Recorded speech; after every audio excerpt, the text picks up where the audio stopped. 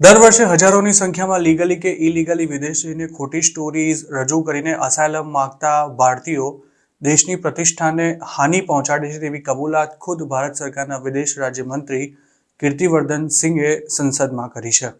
કીર્તિવર્ધન સિંઘ કોંગ્રેસના સાંસદ કપિલ સિબ્બલ દ્વારા પૂછાયેલા એક સવાલનો જવાબ આપી રહ્યા હતા, જેમાં છેલ્લા 3 વર્ષમાં વિદેશમાં અસાયલમ માંગનારા લોકોનો ચોક્કસ આંકડો પૂછવામાં આવ્યો હતો.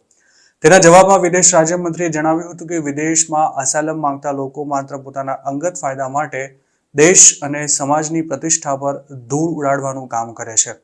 તેમણે એમ પણ કહ્યું હતું કે ભારત એક લોકશાહી દેશ છે, જ્યાં દરેકને પોતાના પ્રશ્નો અને સમસ્યાઓનો કાયદાકીય રીતે ઉકેલ મેળવવાનો પૂરો હક છે.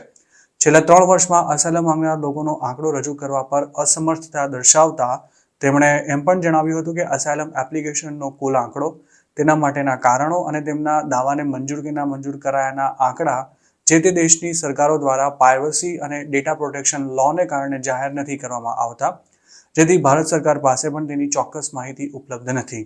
વિદેશ રાજ્યમંત્રી તરફથી સંસદને આ મામલે એવી પણ ખાતરી આપવામાં આવી હતી કે ભારત સરકાર આ મામલા પર કામ કરી રહી છે. અમેરિકાના ડિપાર્ટમેન્ટ ઓફ હોમલેન્ડ સિક્યોરિટી દ્વારા તાજેતરમાં જ એક રિપોર્ટ બહાર પાડવામાં આવ્યો હતો, જેમાં જણાવાયું હતું કે યુએસમાં અસાયલમ માંગનાર ભારતીયોની સંખ્યા છેલ્લા 3 વર્ષમાં 800% જેટલી વધી છે. ગુજરાત પોલીસના સૂત્રોએ અમારા સાથે એકવાર ટાઈમ્સ ઓફ ઇન્ડિયા સાથે આ અંગે વાત કરતા જણાવ્યું હતું કે અમેરિકામાં અસાયલમ માંગનારા અડધો ભારતીયો ગુજરાતી હોઈ શકે છે. ઇલીગલી યુએસ જનારા મોટાભાગના લોકો વર્ક પરમિટ મેળવવા માટે અસાયલમ માંગતા હોય છે અને તેમનો કેસ 6-8 વર્ષ સુધી ચાલતો રહે છે અને આ દરમિયાન તેઓ અમેરિકામાં લીગલી જોબ પણ કરી શકે છે.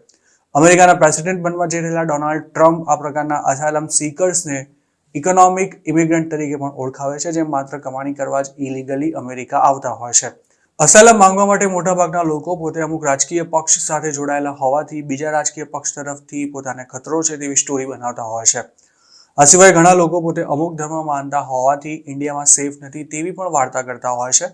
તેમજ જમીન મકાનના ઝઘડામાં પોતાના પર ઇન્ડિયામાં જીવલેણ હુમલો થયા બાદ અમેરિકા ભાગી આવવા સિવાય કોઈ ઓપ્શન નહોતો તેવું જણાવીને પણ ઘણા લોકો અસાયલમ માંગતા હોય છે.